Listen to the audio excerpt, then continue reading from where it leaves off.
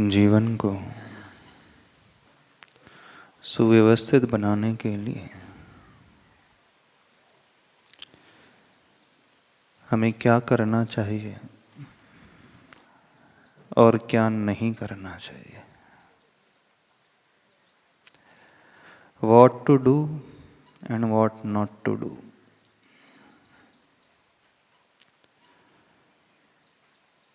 दो कैटेगरी हैं, एक टू डू वाली है और एक नॉट टू डू वाली है। जब तक इन दोनों कैटेगरीज में हमारे मन में क्लैरिटी नहीं आएगी, तब तक हम हमेशा उलझे हुए रहेंगे। और अधिकतर लोग जीवन भर सिर्फ उलझे ही रहते हैं। पूरा जीवन बीत जाता है उनका, वह यही नहीं समझ पाते हैं हम जो कर रहे हैं वो करने योग्य है भी कि नहीं, और जिसे हम छोड़ रहे हैं वो छोड़ने योग्य है कि नहीं।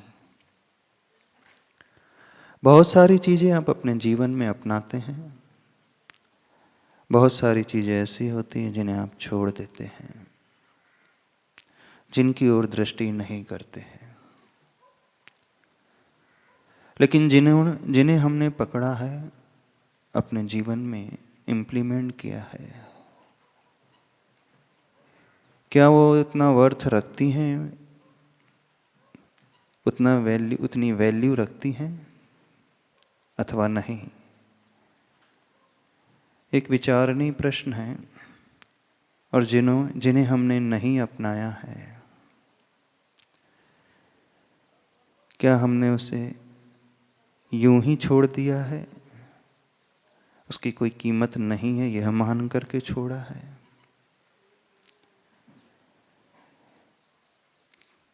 कि बरबस ही छोड़ना पड़ गया है मजबूरी में। ये दो विचार हैं, दो तरीके हैं।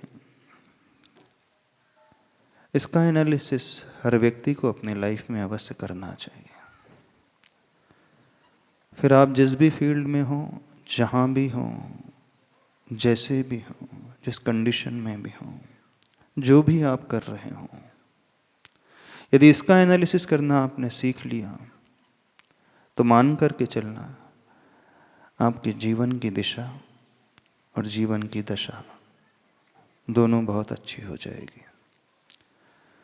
फिर वह धर्म क्षेत्र की बात हो अथवा कर्म क्षेत्र की बात हो, ये बड़ी यूनिवर्सल थॉट प्रोसेस है। इसमें कोई आवश्यक नहीं है कि आप बड़े बड़े ग्रंथों को पढ़ लें, बहुत बड़ी डिग्री ले लें, बहुत बड़ा आपके पास जॉब हो, बहुत बड़ा बिजनेस हो, ये मैटर करता ही नहीं। आपके पास जो भी है, जैसा भी है, जितना भी है, महत्व इसका नहीं है। महत्व इसका है कि जो हमें मिला है हम उसका कैसे यूटिलाइजेशन करते हैं। यदि सावधानी से चला जाए तो प्यादा भी वजीर बन सकता है,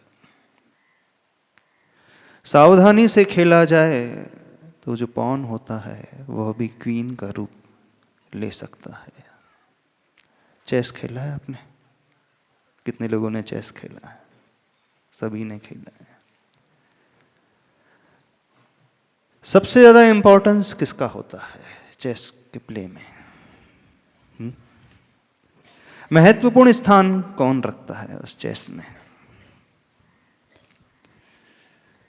queen, knight, rook, bishop, king, queen, pawn. Important role किसका होता है? क्वीन का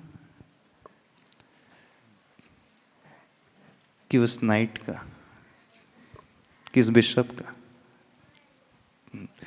कि उस रुक मीन्स जिसे आप एलिफेंट बोलते हो, बिशप मीन्स जिसे आप कैमल बोलते हो, नाइट मीन्स जिसे आप हॉर्स बोलते हो, किंग और क्वीन, और फिर उसमें 8 क्या होते हैं, प्यादे, वो होते हैं। दोनों ही साइड में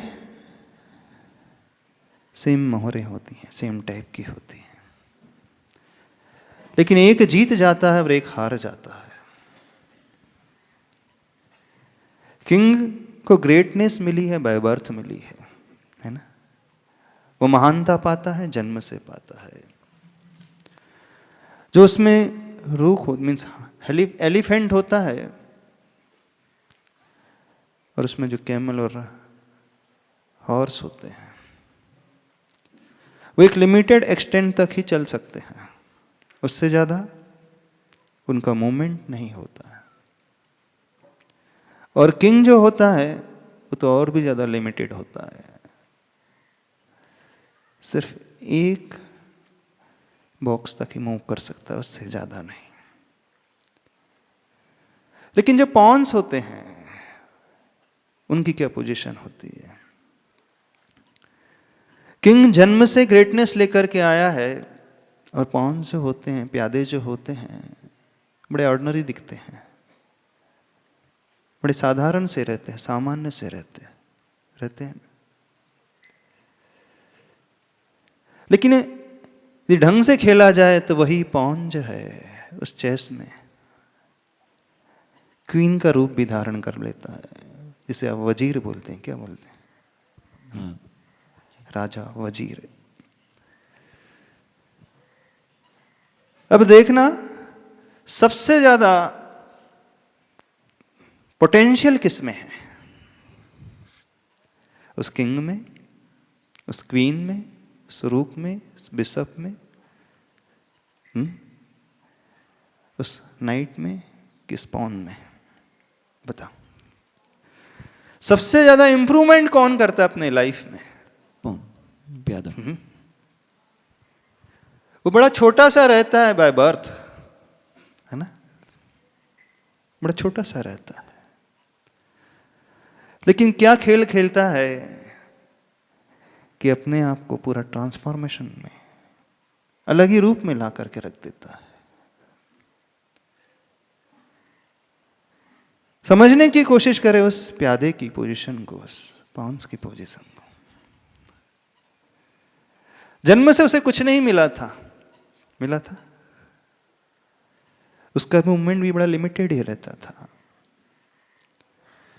जिसे आप हाथी कहते हैं, पूरी एक रो तक चल सकता है, ऊंट तिरछा चलता है, और जो हॉर्स होता है ना, नाइट होता है, वो 2.5 घर चलता है, लेकिन चारों ही डायरेक्शन में चलता है।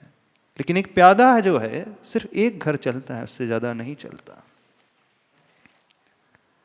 आखिर वो अपने लाइफ में ऐसा क्या कर जाता है कि जन्म से जो प्यादा रहता है, लेकिन एंड तक पहुंचते पहुंचते वो वजीर बन जाता है।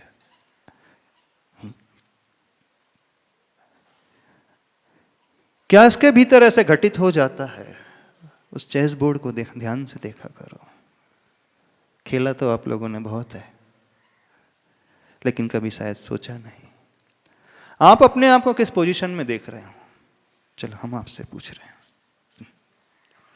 उस शतरंज के खेल में यदि आप अपने आप को रखो तो कहां रखोगे? किंग के रूप में, वजीर के रूप में, उस घोड़े, हाथी, ऊंट के रूप में, या एक प्यादे के रूप में? आप कहां देखते हो अपने आप को? बता सकते हो? सबसे पूछ रहे हैं, अपने आप को आप क्या मानते हो, और अपने भविष्य को आप किस रूप में देखते हो?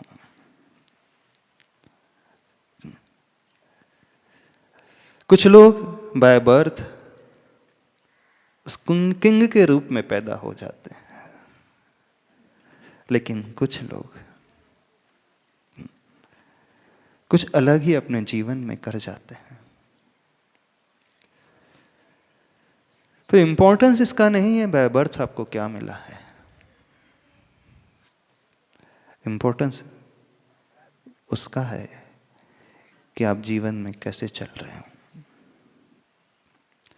यदि सलीके से ना चलोगे तो प्यादा भी मारा जाता है, मर जाता है ना। लेकिन वही प्यादा अपना रूप बदल करके वजीर का रूप भी धारण कर लेता है। बड़ी विचित्रता होती है उस चेस के खेल को जब देखते हैं, तरह तरह के विचार आते हैं। वो चेस बोर्ड एक सामान्य बोर्ड नहीं है, हर एक की लाइफ का एक बोर्ड है। बिल्कुल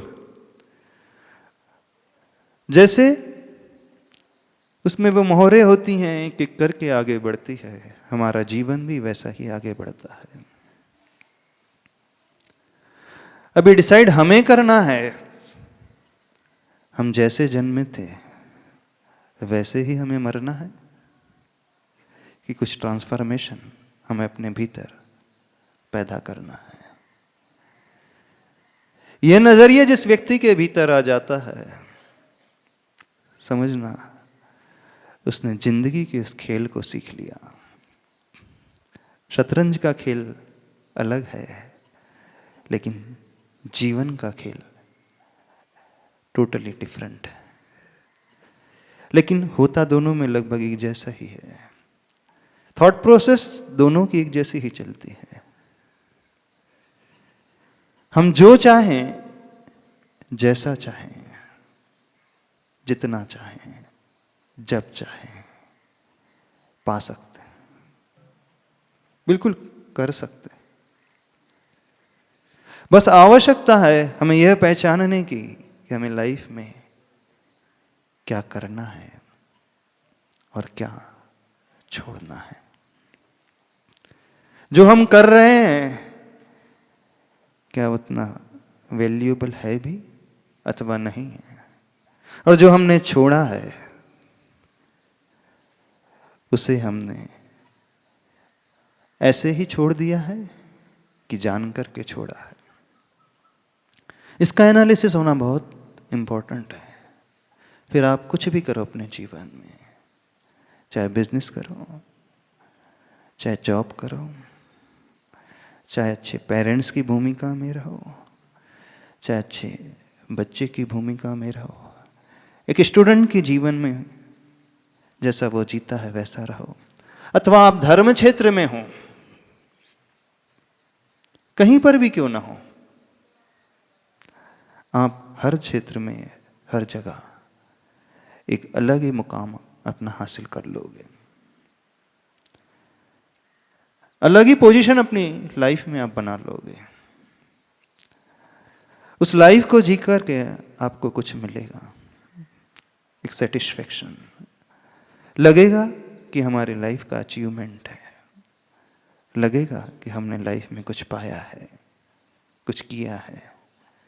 नहीं है तो प्यादा बन करके जन्मते हो और प्यादा बन करके ही मर जाओगे।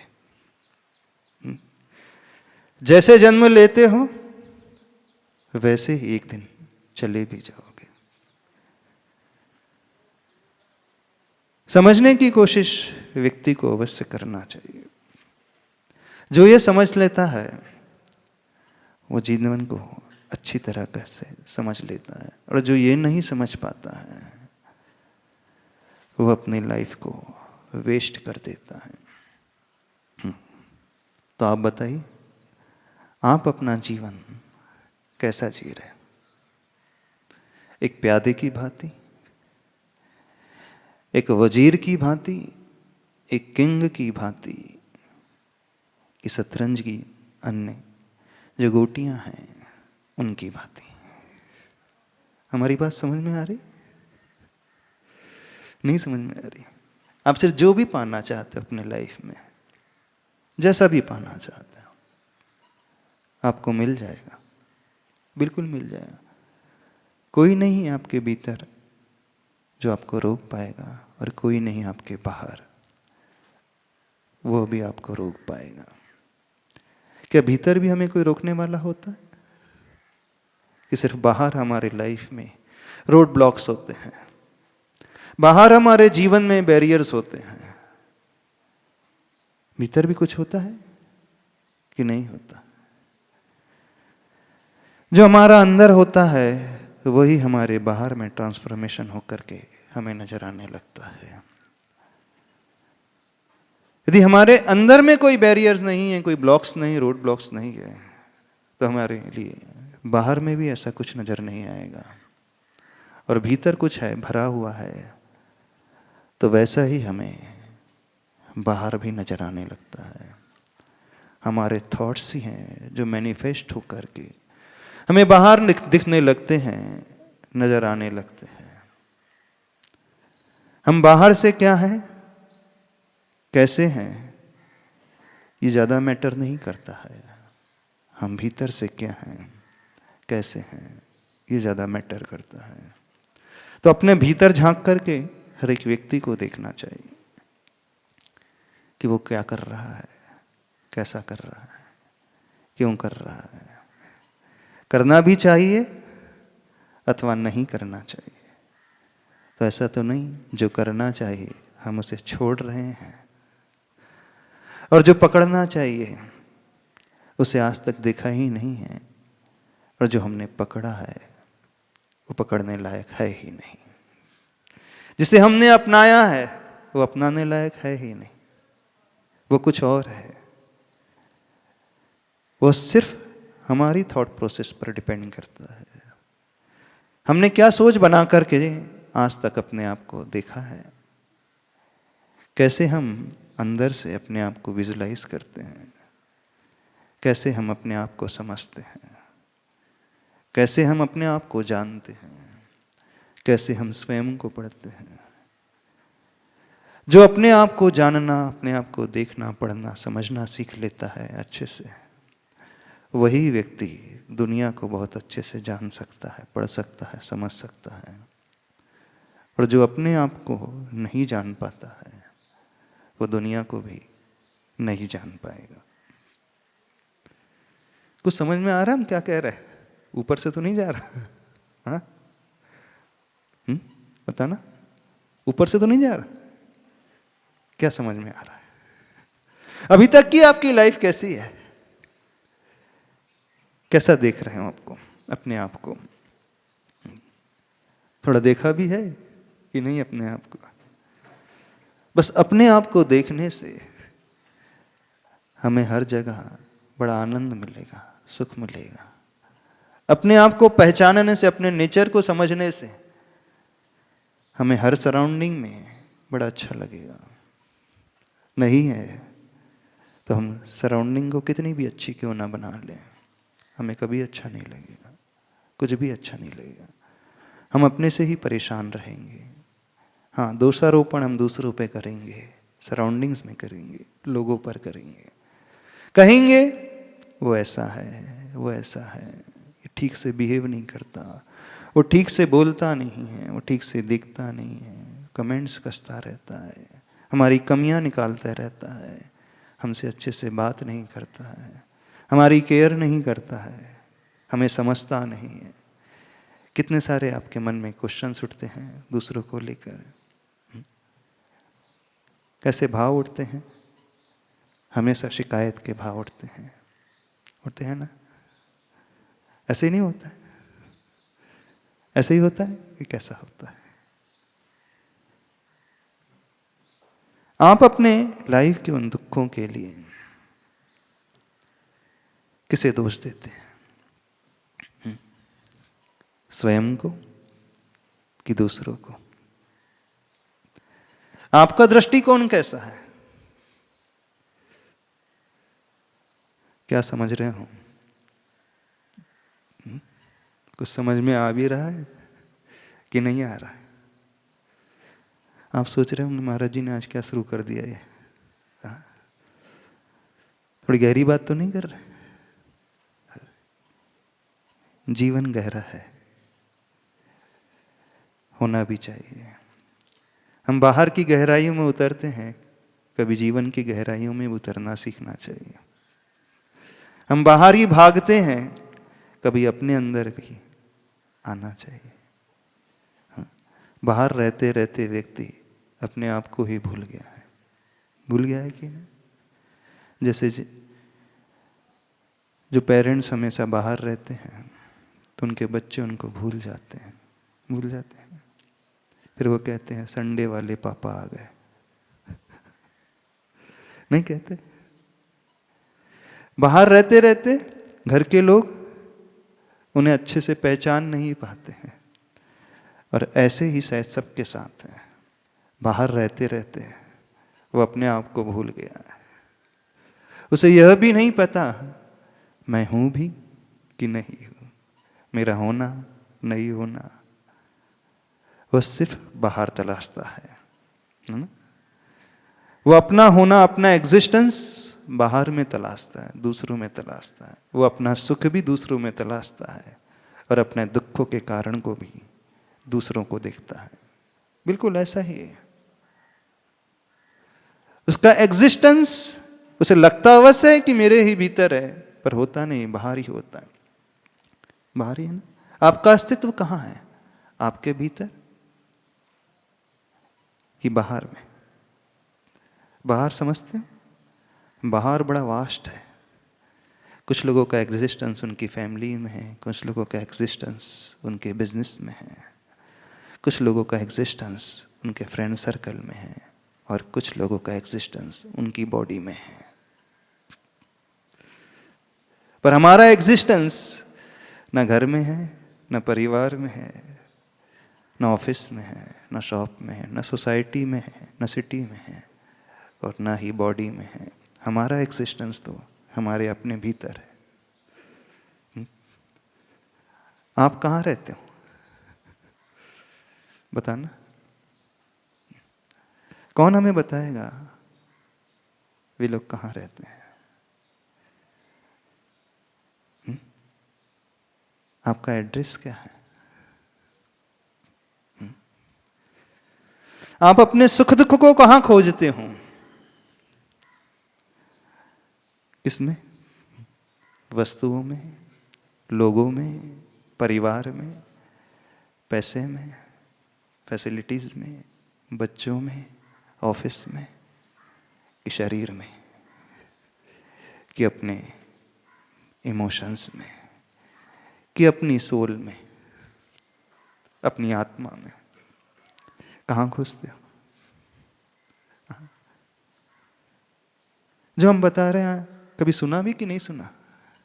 हाँ, कई लोग ऐसे होंगे उनके लिए ये विषय एकदम थोड़ा सा अलग सा भी लग रहा होगा, लेकिन कई लोगों को बड़ा इंटरेस्ट भी आ रहा होगा। अभी तक अपनी सबकी यात्रा सिर्फ बाहर की रही है, भीतर की यात्रा किसी की नहीं रही। कहाँ से आ रहे हैं आप सभी लोग? थोड़ा सब्जेक्ट लाइट कर लेते हैं, थोड़ा ज़्यादा हैवी हो रहा होगा, फिलोसॉफिकली ज़्यादा जा रहा है ऐसा लग रहा है हमें, है ना? ज़्यादा तो नहीं जा रहा है? धरातल पे आ जाते हैं, क्योंकि आप लोग धरातल पे ही रहते हो, है ना? आप लोग दूसरों के साथ रहते हो, घर पे रहते हो। अंदर रहने वाले बहुत विरले होते हैं, बाहर रहने वाले प्राय सभी होते हैं।